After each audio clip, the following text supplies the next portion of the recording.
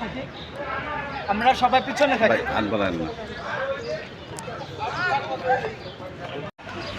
একটা ছবি সবাইকে জানাচ্ছি শুভ নববর্ষ, শুভ নববর্ষ, শুভ নববর্ষ। এসো হে বৈশাখ, এসো এসো। বাংলাদেশে বৈশাখ শোভাযাত্রা যেমন বাংলাদেশে অনুষ্ঠিত হয়েছে, বাংলাদেশে বিভিন্ন মেলা পার্বণ এই বৈশাখকে ঘিরে, ঠিক তেমনি বিদেশের বাড়িতে গ্রিসের অ্যাথেন্সেও বসে নেই প্রবাসী বাংলাদেশিরা।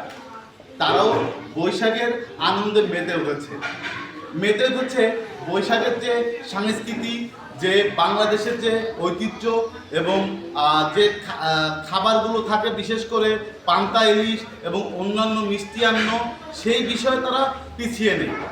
প্রবাসে বসেও সাংস্কৃতিক চর্চা যেন বাংলাদেশিদের একটা রক্তের ধারা। আমরা এই বিষয়ে একটু জানবো। আমরা এখন উপস্থিত আছি আড্ডা রেস্টুরেন্টে। আড্ডা রেস্টুরেন্টের যে আজকে যে বৈশাখী মেলার আয়োজনটা করেছে, আমরা সেই বিষয় এবং সেই খাবারগুলো নিয়ে একটু কথা বলবো, কি কি আছে এবং এইখানকার যারা প্রবাসী ভাবিরা আছে তারা কি কি আয়োজন করেছে, আমরা সেই বিষয়ে একটু জানবো। আমরা জানবো ভাবি, আপনারা কতজন মিলে এই খাবারটা তৈরি করেছেন?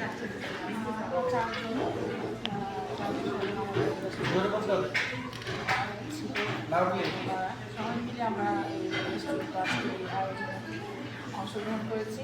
পাশাপাশি আমাদের সাথে ভাইরাও ছিল, ওনারা আমাদেরকে যথেষ্ট হেল্প করেছে। যেমন মকুল ভাই, জাহিদ ভাই, রোমান ভাই, তারপরে রানা প্রধান সহ আরও কিছু কিছু ভাবিরাও আছে, আমাদের অনেক উৎসাহ প্রদান করেছে এই আজকের এই প্রোগ্রাম করার। এখানে তো বেশ কিছু আচার দেখছি, আর এখানে এইটা মুরানি, আমের ভর্তা, মানে কাঁচা আমটা কি আমরা বাংলাদেশ থেকে আনিয়েছেন? আচ্ছা আচ্ছা। ইলিশ মাছ ভাজি দেখছি, তারপরে কাঁচা আম তো এখানেও দেখছি। এইটা তো আপনার সাজের যে মিষ্টিটা, যে সাধারণত মেলাতে যেটা আমরা দেখে থাকি হাতি করা, এখানে আছে বেশ কিছু ভর্তা দেখছি, চিড়ের মোয়া, কদমা, পিঠা, এত অনেক আইটেম করেছে। সব ভাবিরা সম্পৃক্ত করেছি, নাহলে সম্ভব হতো না।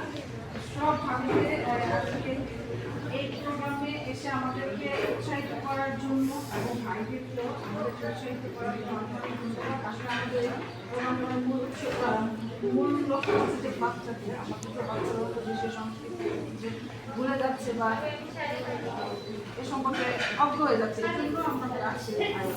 খুবই ভালো উদ্যোগ। আমরা বেশ কিছু বাচ্চাদের দেখছি যে আমি এটা দেখছি যে শাড়ি পরে আছে, এত সুন্দর করে শাড়িটা পরছে, যেন বৈশাখ যেন শুধু বাংলাদেশেই সীমাবদ্ধ না, বৈশাখ আমাদের সারা বিশ্বেই ছড়িয়ে আছে, যেখানে বিশেষ করে বাংলাদেশিরা বসবাস করছে এবং 2-4টা ফ্যামিলি যেখানে আছে সেখানে বৈশাখ উদযাপন হবে, আমরা এটাই আশা করি।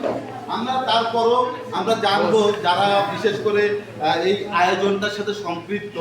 আমরা প্রথমেই চলে যাই বাংলাদেশ কমিউনিটি ইন গ্রিসের সাধারণ সম্পাদক জাহিদুল ইসলামের কাছে।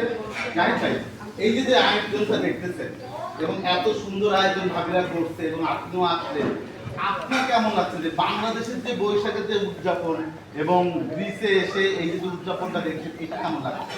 আলহামদুলিল্লাহ, আমি আসলে অত্যন্ত আনন্দিত এবং আমি আজকে ধন্যবাদ জানাবো যে বাংলাদেশ কমিউনিটির পক্ষ থেকে আমাদের ভাবিরা, আমাদের বোনেরা, তারা আসলে অক্লান্ত পরিশ্রম করেছে। আমি 2 দিন যাবত আমি দেখতেছি, তো আমি তাদেরকে ধন্যবাদ জানাই এবং আমাদের অনেক ভাইরাও এটার সহযোগিতা তারা করেছেন।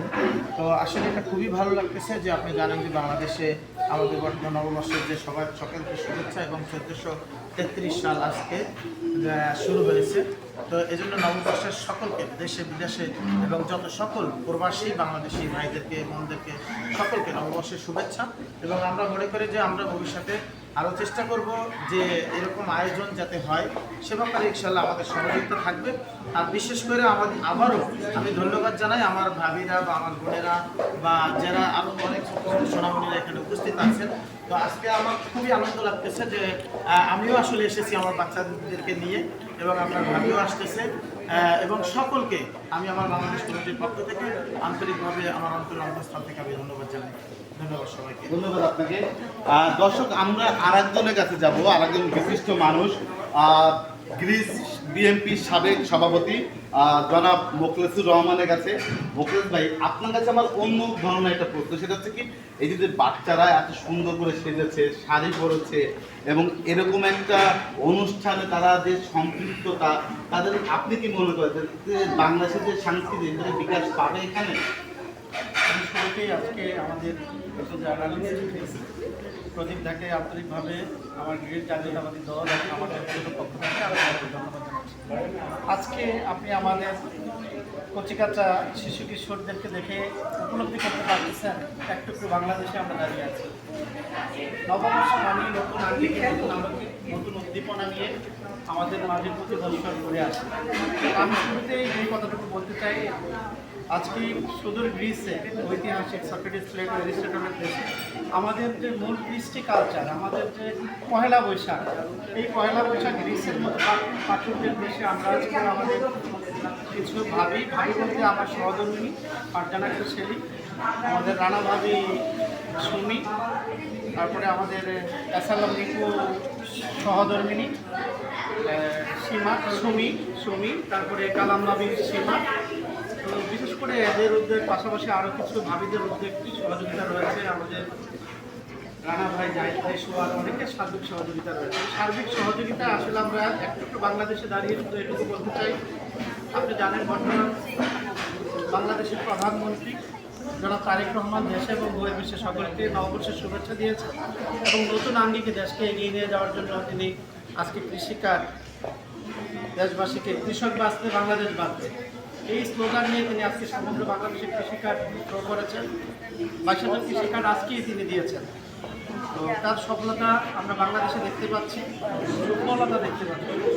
তো আমি আমার বক্তব্য দীর্ঘায়িত করছি না, শুধু এটুকু বলতে চাই, আজকের এক টুকরো বাংলাদেশে দাঁড়িয়ে আমরা যে শিশু কিশোরদেরকে দেখতেছি তাদেরকে আমরা এই বাংলাদেশের কৃষ্টি কালচার, বিশেষ করে 21শে ফেব্রুয়ারি, 26শে মার্চ, বিজয় দিবস, এই দিবসগুলিতে আমরা আমাদের লাল সবুজের পতাকাকে বিশ্বের মানচিত্রে ধরে তুলব, এই আশা এবং প্রত্যাশা রেখে দেশে এবং বহির্বিশ্বে আমাদেরকে যারা দেখছে আবারও জনাব তারেক রহমানের পক্ষ থেকে আপনাদেরকে শুভ নববর্ষের শুভেচ্ছা। শুভ নববর্ষ। শুভ নববর্ষ আপনাকেও। আমরা একটু জানবো যে আমরা আর একটু জানবো এই আড্ডার যে সত্ত্বাধিকারী আমাদের রানা ভাই, আমরা একটু রানা ভাই আয়োজনটা করতে পেরে আপনার কেমন হচ্ছে? আমি আসলে প্রতিত অনেক আনন্দিত। আজকের এই অনুষ্ঠানটা যারা আয়োজন করেছে তাদেরকে অসংখ্য ধন্যবাদ। আসলে ব্যাপার হচ্ছে যে কথাটা বলতে চাচ্ছি সেটা হচ্ছে বাংলাদেশ কমিউনিটিতে আমরা যারা আছি, ফ্যামিলির যারা শিশু কিশোর যারা আছে, তাদেরকে আমাদের বাংলাদেশের কালচার সম্পর্কে অবগত করার জন্য আমরা আজকের এই ক্ষুদ্র আয়োজন। আমরা চাই যে বাংলাদেশের সমস্ত কালচারগুলি আমাদের এদেশে বেড়ে ওঠা বাচ্চাদেরকে আমরা অবগত করতে চাই, এই জন্য আমরা এই প্রোগ্রামটা করেছি। ধন্যবাদ। আমরা একটু বাচ্চাদের কাছে যাবো। ভালো লাগতেছে? আচ্ছা, আর তুমি যে এত সুন্দর করে শাড়ি পরছো, কে পরাই দিছে তোমাকে শাড়ি? তোমার মা পরাই দিছে? তারপরে কোন খাবারটা পছন্দ হয়েছে তোমার? এর মধ্যে কোনটা পছন্দ হয়েছে? কোনটা খাইছো তুমি? এখান থেকে কোনটাই পছন্দ হয়নি? হ্যাঁ, ভালো লাগছে কোনটা? একটা ভর্তা। আচ্ছা, ভর্তা খাইতে ভালো লাগছে তোমার? আচ্ছা, তো সবাইকে কি শুভ নববর্ষ জানাইছো? আচ্ছা, তো দর্শক, আপনারা দেখতে পাচ্ছেন যে বাংলাদেশ ছেড়ে প্রবাসে যে এত সুন্দর করে নববর্ষ উদযাপন করা যায় কিংবা অন্যান্য যে সাংস্কৃতিক অনুষ্ঠানগুলো আছে, বাংলার ঐতিহ্য ধরে রাখা যায়, সেটা আসলে এইখানে না আসলে কিংবা প্রবাসে যারা আছে তাদের কাছে না গেলে বোঝা সত্যিই মুশকিল। প্রদীপ কুমার সরকার, অ্যাথেন্স গ্রিস থেকে RTV।